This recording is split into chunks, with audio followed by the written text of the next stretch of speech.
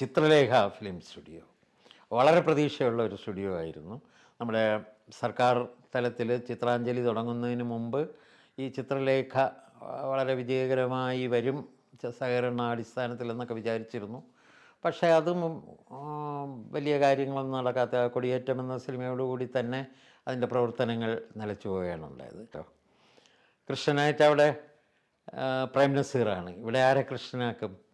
അപ്പോൾ ഇവിടെ ബുദ്ധിപരമായിട്ട് ഇദ്ദേഹം ചെയ്തത് എന്താണെന്ന് വെച്ചാൽ, കൃഷ്ണനും രാമനുമായിട്ടൊന്നും നമ്മളെ മലയാളികൾ തന്നെ വേണമെന്നില്ല, അവർ കണ്ടിട്ടില്ലാത്തവരായാലും കുഴപ്പമില്ല എന്നും പറഞ്ഞ് അദ്ദേഹം കാന്തറാവു എന്ന ഒരു തെലുങ്കിലെ നടനെയാണ് കൃഷ്ണനാക്കിയത്. ഒരിക്കൽ ഉദയ സ്റ്റുഡിയോ മരിക്കാത്ത സുന്ദരി എന്ന പേര് അനൗൺസ് ചെയ്തു.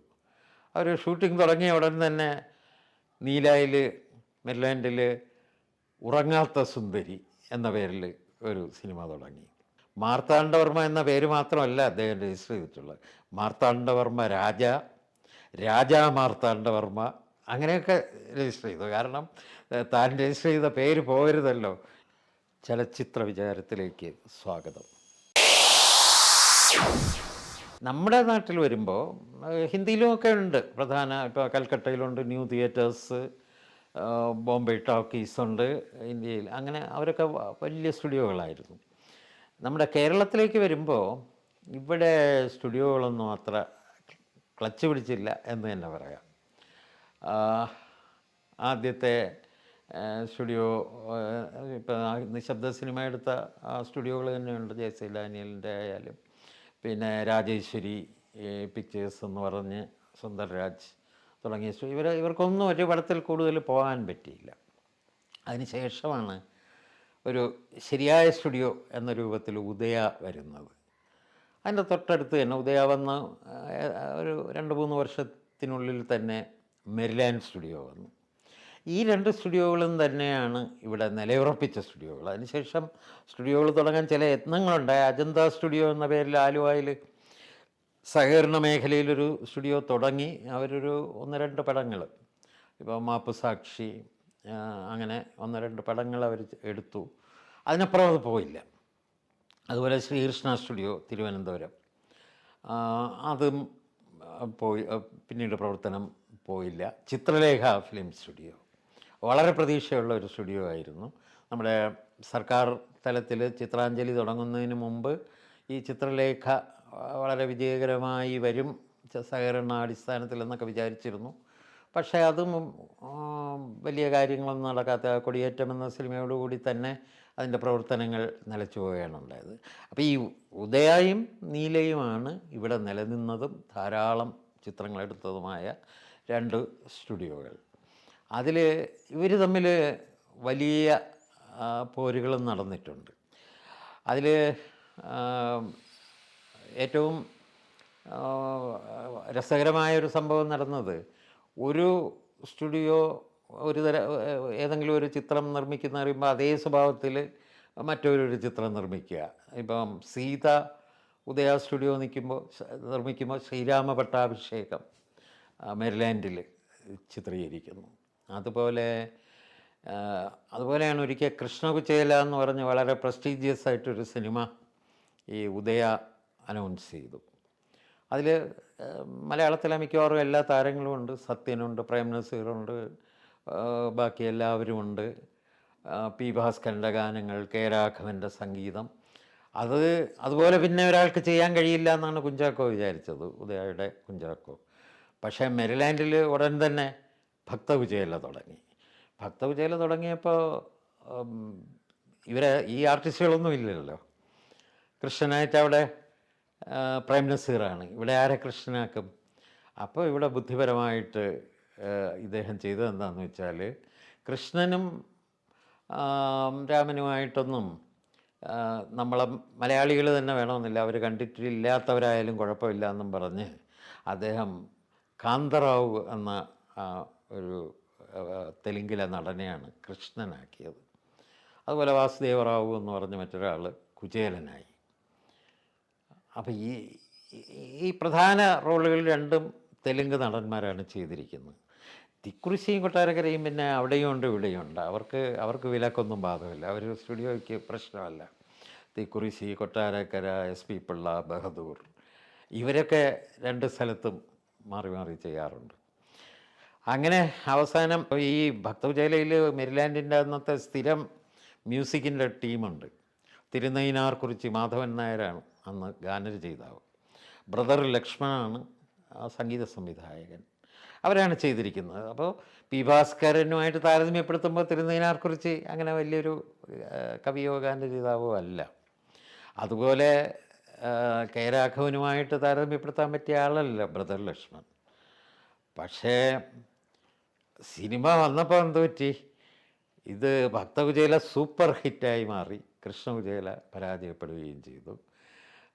പാട്ടുകൾ പോലും ഭക്തകുചേലയിലെ പാട്ടുകളാണ് ഹിറ്റായത്. ഈശ്വരചിന്ത, ഇതൊന്നേ മനുജന് തുടങ്ങിയ അതിലെ പാട്ടുകളൊക്കെ സന്ധ്യാനാമം പോലെ പ്രചരിക്കുകയായിരുന്നു. കൃഷ്ണകുചേലയിലെ പാട്ടുകൾക്കൊന്നും ജനശ്രദ്ധ ആകർഷിക്കാനും കഴിഞ്ഞില്ല. അപ്പോൾ ഇതിന് ശേഷം വളരെ ശ്രദ്ധിച്ചാണ് രണ്ട് സ്റ്റുഡിയോകളും പോകുന്നത്, ആരെ പാര വയ്ക്കുമെന്നറിയാഞ്ഞതുകൊണ്ട്. അങ്ങനെ ഒരിക്കൽ ഉദയ സ്റ്റുഡിയോ മരിക്കാത്ത സുന്ദരി എന്ന പേര് അനൗൺസ് ചെയ്തു. അവർ ഷൂട്ടിംഗ് തുടങ്ങിയ ഉടൻ തന്നെ നീലായിൽ മെരിലാൻഡിൽ ഉറങ്ങാത്ത സുന്ദരി എന്ന പേരിൽ ഒരു സിനിമ തുടങ്ങി. അവസാനം ഇവർ പേര് മാറ്റിക്കളഞ്ഞു. പടമൊക്കെ പൂർത്തിയാകാറായപ്പോൾ മരിക്കാത്ത സുന്ദരി എന്ന പേര് തന്നെ മാറ്റിക്കളഞ്ഞു. പഴയ അനുഭവത്തിൻ്റെ വെളിച്ചത്തിൽ ഉറങ്ങാത്ത സുന്ദരി പുറത്തു വരികയും ചെയ്തു. ഇതുകൊണ്ട് ഒരു കാലത്ത് മാർത്താണ്ഡവർമ്മ എന്ന പേരിൽ സിനിമ ചെയ്യാൻ സുബ്രഹ്മണ്യം ആലോചിച്ചിരുന്നു. അപ്പോൾ അതിന് കാരണം എന്താണെന്ന് വെച്ചാൽ പഞ്ചവൻ കാടെന്ന് പറഞ്ഞൊരു സിനിമ ഉദയ ചെയ്യാൻ പോകുന്നു എന്നുള്ള കേട്ടപ്പോഴാണ്. അപ്പോൾ ഈ മാർത്താണ്ഡവർമ്മ അന്ന് ഇവരുടെ ആ ചേംബർ ബുള്ളറ്റിനിലൊക്കെ കൊടുത്ത് പേര് രജിസ്റ്റർ ചെയ്യണം. പേര് രജിസ്റ്റർ ചെയ്യുമ്പോൾ അതിൽ കണ്ട ഒരു രസമെന്ന് പറയുന്നത് മാർത്താണ്ഡവർമ്മ എന്ന പേര് മാത്രമല്ല അദ്ദേഹം രജിസ്റ്റർ ചെയ്തിട്ടുള്ളത്. മാർത്താണ്ഡവർമ്മ രാജാ മാർത്താണ്ഡവർമ്മ അങ്ങനെയൊക്കെ രജിസ്റ്റർ ചെയ്തു. കാരണം താൻ രജിസ്റ്റർ ചെയ്ത പേര് പോകരുതല്ലോ എന്ന് വിചാരിച്ചാണ് അത് ചെയ്തത്. പിന്നെ മാർത്താണ്ഡവർമ്മയൊന്നും അദ്ദേഹം എടുത്തില്ല. മാർത്താണ്ഡവർമ്മ അദ്ദേഹം ചലച്ചിത്രമായിട്ട് എടുത്തില്ല. ഈ കുഞ്ചാക്കോ എടുത്ത പഞ്ചവൻകാടിലെ മാർത്താണ്ഡവർമ്മ ഒരു വില്ലൻ കഥാപാത്രവുമായിരുന്നു. അപ്പോൾ അങ്ങനെ ഉള്ള യുദ്ധങ്ങളാണ് ഇവർ തമ്മിൽ നടന്നത്. വളരെ രസകരമായ യുദ്ധങ്ങളായിരുന്നു. അപ്പോൾ നമ്മൾ ചോദിച്ച ചോദ്യം ഇതൊക്കെ എന്തുകൊണ്ട് നിലനിന്നില്ല എന്ന് ചോദിച്ചാൽ ഈ അമേരിക്കൻ സ്റ്റുഡിയോകളുടെ ആ ഒരു കമ്പനി നിയമങ്ങളിലല്ല ഇതൊന്നും പോയത്. അതുകൊണ്ട് പിന്നീട് അവകാശികൾക്ക് താല്പര്യമില്ലാതെയൊക്കെ ആകുമ്പോൾ അതങ്ങ് ശിഥിലമായി പോകുന്നു. പക്ഷേ ചിലരത് റിവൈവ് ചെയ്യാനൊരു ശ്രമം നടത്തിയിട്ടുണ്ട്.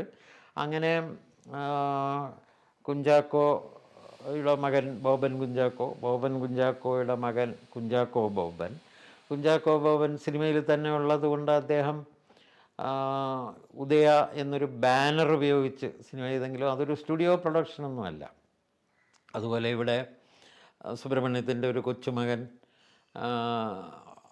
മെരിലാൻഡ് പിക്ചേഴ്സ് എന്നൊക്കെ പറഞ്ഞ് ചിത്രം തുടങ്ങിയെങ്കിലും അതൊരു സ്റ്റുഡിയോ പ്രൊഡക്ഷൻ അല്ല എന്നുള്ളത് എല്ലാവർക്കും അറിയാം. കാരണം ആ സ്റ്റുഡിയോയിൽ നിന്ന് വരുന്ന ചിത്രങ്ങളുടെ രീതിയല്ല അതിനുള്ളത്.